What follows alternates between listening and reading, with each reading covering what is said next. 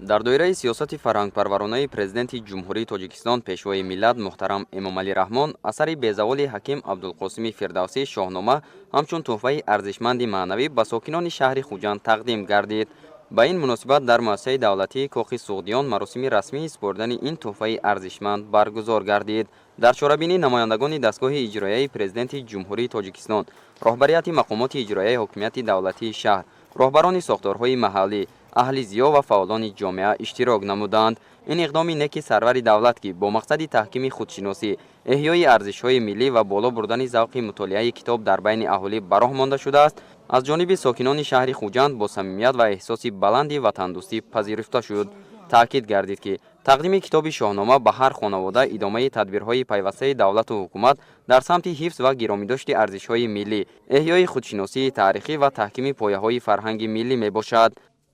аз ҷониби пешвои муаззами миллат ба истиқболи ҷашни бузурги 35-солаги истиқлоли давлатии ҷумҳурии тоҷикистон ба ҳар як оила тақсим шудани ин асари безаволи абулқосим фирдавсӣ як воқеаи бузурги фарҳангӣ мебошад. ба сокинони шаҳри бостонии хуҷанд зиёда аз 92 000 адад китоб, инҳо иборат аз ҷилдҳои 1 ва ҷилдҳои 2 қабул карда шуд ва аз ҷониби кумитаҳои маҳаллии шаҳри бостонии хуҷанд ҳама масъулини кумитаи маҳаллао вазифадор гардидаанд. албатта бевосита дар ҳамкорӣ бо масъулини мақомоти иҷроии давлатии шаҳри хуҷанд ва шӯъбаи фарҳанг анамин китоб дар муҳлати кӯтоҳ дастрас гардонда мешавад.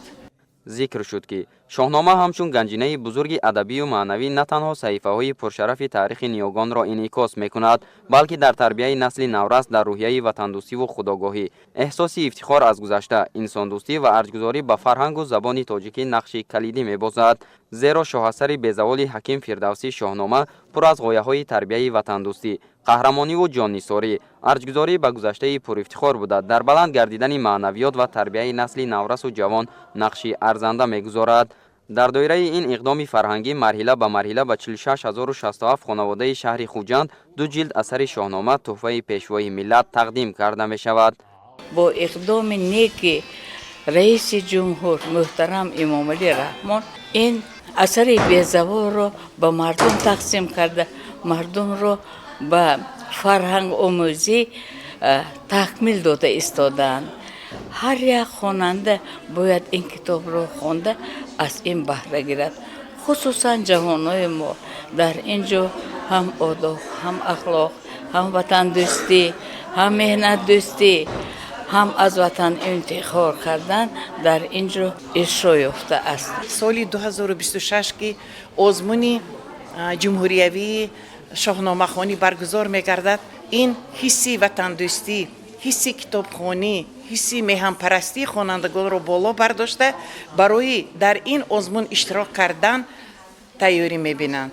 ба президенти ҷумҳурии тоҷикистон, асосгузори сулҳу ваҳдати миллӣ, пешвои миллат муҳтарам эмомалӣ раҳмон миннатдорӣ баён карда, мо омӯзгорон, кормандони соҳаи маориф дар оянда боз барои тарбия намудани хонандагон, яъне наврасон, ҳамчун инсони хуб ва барои ҳиссагузорӣ дар ободонии ватани худ тайёр бошанд. шоҳнома оинаи муқаддаси таърихи миллати кӯҳанбунёди тоҷик буда, он рамзи ҷасорату мардонагӣ, адолату хиратмандӣ ва асолати поки гузаштагон аст. лозим ба ёдоварист ки тибқи амри президенти ҷумҳурии тоҷикистон муҳтарам эмомалӣ раҳмон соли 2026 дар мамлакат озмуни ҷумҳуриявии шоҳномахонӣ баргузор мегардад. баргузории озмуни мазкур ба таҳкими ҳуввияти миллӣ, баланд бардоштани маърифати ҷомеа ва тарбияи насли оянда дар рӯҳияи ватандӯстӣ ва худшиносӣ нигаронида шудааст. гуфта шуд ки сокинони шаҳри хуҷанд низ бо омодагии ҷиддӣ ва рӯҳияи баланди маънавӣ барои иштироки фаъолона дар ин озмуни сатҳи ҷумҳуриявӣ тадбирҳо меандешанд.